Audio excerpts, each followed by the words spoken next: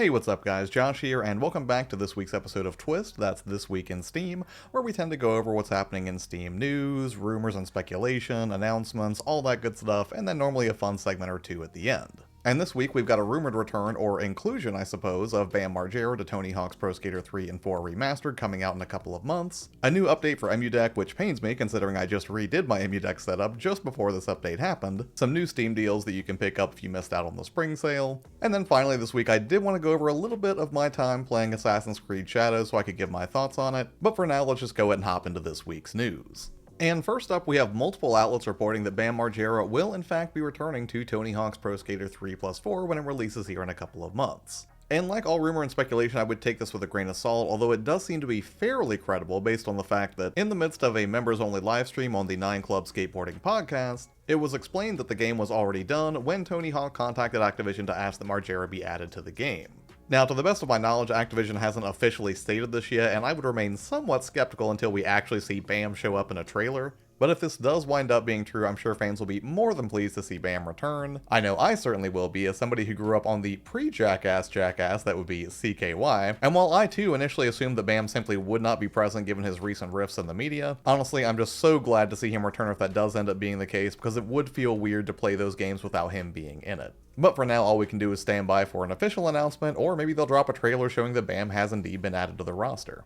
But now let's move on to some emulation news, because the Emudeck Twitter account did just tweet out this week that Emudeck 2.4 is now available. And some of the highlights include tighter integration selection, so you can decide just how much you want your ROMs to appear directly within the Steam interface versus having them siloed off within something like Emulation Station. It now allows you to automatically add Emulation Station Desktop Edition to the Steam interface. There's a new BIOS checker, which should be helpful as that seems to be one of the most common roadblocks when getting your emulators set up. The ability to use your own SysROM, which I have not tested yet. Support for the new 3DS emulator Azahar, which I'm not sure I'm pronouncing correctly. An improved wiki if you need help with setup or troubleshooting Emudeck on your Steam Deck, and it rounds the whole thing out with a tease of what looks to be improved N64 emulation coming soon. And again, I just got done redoing my emulators while doing some Steam Deck spring cleaning this past week, so hopefully I can test this out soon and put out an update video of sorts highlighting some of my favorite improvements. And next up, weirdly, let's turn our attention to the Nintendo Direct that happened this week, not to be confused with the Nintendo Direct that's happening next week where we'll get more details on the Switch 2.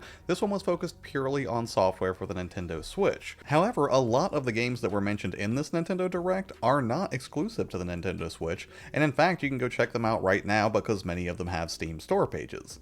And that would include Dragon Quest 1 and 2 HD Remake, which probably isn't that surprising given that we already have a 3 HD Remake. There's also the Raido Kuzunoa Remaster, which I am only somewhat sure I'm pronouncing correctly, which is completely ridiculous because I actually have the original version of this game for the PlayStation 2. Shadow Labyrinth, which is an upcoming 2D action platformer game that is based on the original Pac-Man game, and looks to be providing a darker, more Metroidvania-ish take on the character. A visual novel style game called Disney Villains Curse Cafe, which is actually available right now, and based on what's been shown so far, it looks like a coffee talk-ish sort of take on Disney Villains, which I thought was pretty interesting. We got Gradius Origins, Rift of the Necrodancer, Saga Frontier 2 Remaster, which is also available right now, Everybody's Golf Hotshot, which is a franchise that I thought was firmly locked to the PlayStation, but I guess I was wrong, but the biggest announcement for me definitely had to be Marvel Cosmic Invasion, coming from the same developers who brought us the excellent TMNT Shredder's Revenge. So yeah, even though this was a Nintendo event and clearly meant to showcase their first-party offerings to kind of prime us for the Switch 2, no pun intended, it actually ended up cluing me into a lot of great games that you can pick up on Steam either right now or that you should be looking forward to in the coming weeks and months. But now let's go ahead and check out some Steam deals that are happening right now. And right out of the gate, we do have Steam's City Builder and Colony SimFest going on from now until March 31st at 10 AM Pacific. Now this is a genre with which I have terribly low familiarity, probably second only to sports games. But there were a few notable inclusions that I did notice on sale that might be worth checking out, particularly if you're a fan of that genre. One will be Empires of the Undergrowth, which is on sale for 50% off at $14.99 versus $29.99. And while it's still in early access, I have been wanting to check out The Wandering Village, which right now is 30% off at $17.49 versus $24.99. And finally, Terra Nil, the environmental strategy game about transforming a barren wasteland into a thriving, balanced ecosystem, is on sale for 50% off at $12.49 versus $24.99. Again, I just don't know a lot about these types of games, so if you're somebody who is more familiar, feel free to let me know in the comments if there is a particular title I should be checking out. And hopping over to Fanatical, they still have the Capcom Build Your Own bundle going on, where the more you buy, the more you save. 2 games, they're going to be $6.50 per game, 3 or more games is $6.33 per game, and if you buy 4 or more, it's $6.25 per game. So if you're looking to beef up your library with some Devil May Cry, Onimusha, Mega Man, Resident Evil, or any number of other staples of Capcom as a publisher, this is a great way to grab some on the cheap. And another bundle they're running at Fanatical that caught my eye is the Indie Legends bundle, which follows a similar structure where the more you buy, the more you save, although in this case it's much cheaper because for 2 games it'll be $2.50 per game, 4 games is $2.25 per game, and 7 or more it'll be $2 per game. And while I haven't played everything listed in this bundle, I've played more than a few of them, and some particular ones that caught my eye would be Braid Anniversary Edition, which if you've never played Braid before, I highly recommend it. The hauntingly surrealistic Tim Burton-esque dark puzzle platformer, which is a lot of fun and definitely spooky. But no joke, my top recommendation from what I can see that's offered in this bundle would have to be Farm Together. It looks like a so-so shovelware mobile game, but I promise you this game is way better than it might appear at first glance. And it really is just one of my personal favorite cozy games to chill out with, either solo or with up to 3 friends online. And I've dropped links below to both the City Builder and Colony Simfest happening on Steam, and also the Fanatical bundle deals that I just mentioned. And if you do decide to buy anything at Fanatical in particular using my affiliate link, that would help out the channel, and I would greatly appreciate it. But now that we've gone over some news and deals, let's go ahead and chill out a little bit and talk about a game that I've been spending a lot of time playing over this past week where I kind of took a spring break for myself, and that would be Assassin's Creed Shadows. And full disclosure, all of the footage that you're about to see here was captured on the PlayStation 5 Pro, and I was generally running in performance mode.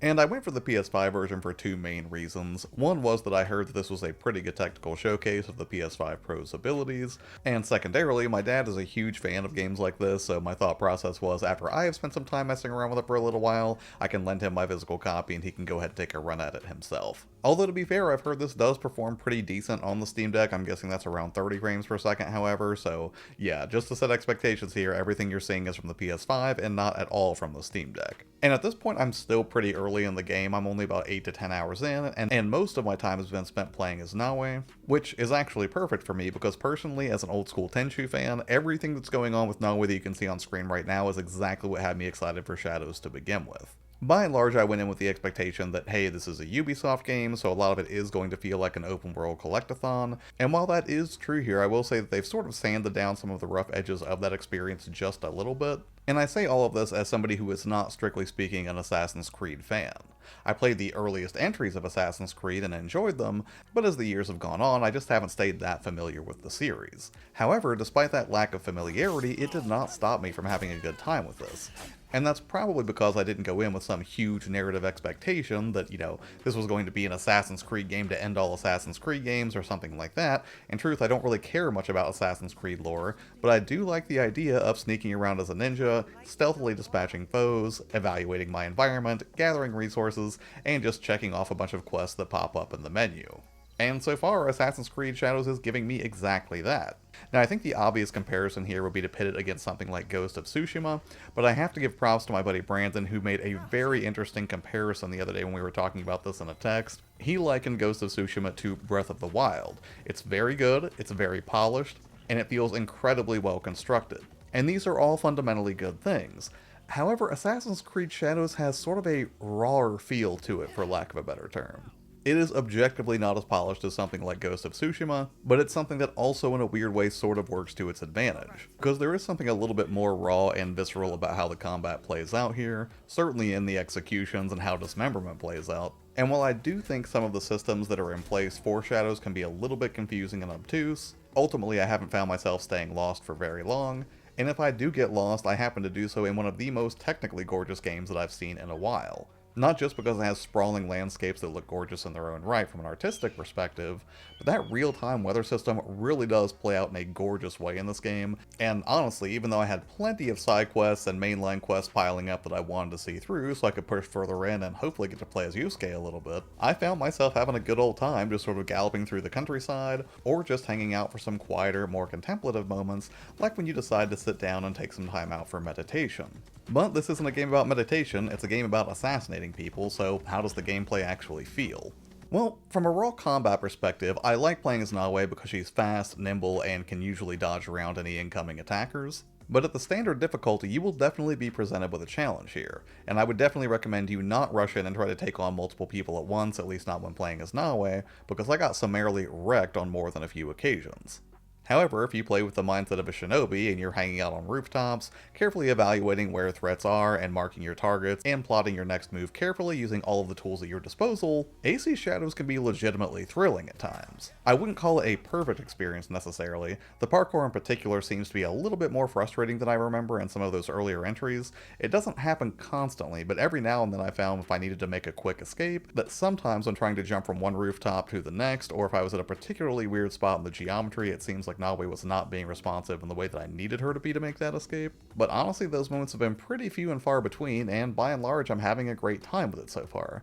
Again, I'm only about 8 to 10 hours in, and I've not even scratched the surface of Yasuke's gameplay yet, but I would say if you are somebody who's a fan of stealth action, and in particular if you grew up playing games like Tenchu, Metal Gear Solid, or just generally have an appetite for stealth action in, again, a completely gorgeous location, AC Shadows is definitely worth a look. Is it worth a full price purchase?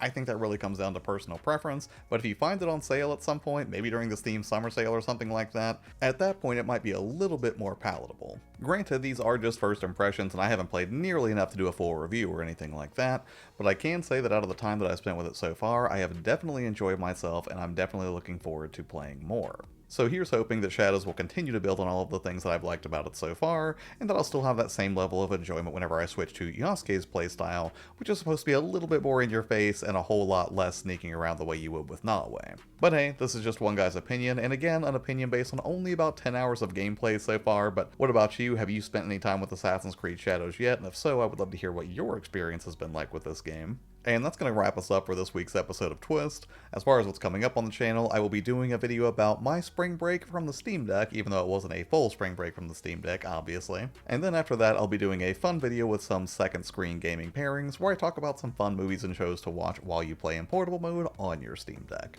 As always, thank you so much for taking the time out of your day to watch videos here, it means a ton to me. Have an amazing day, and I will see you on the next one. Bye.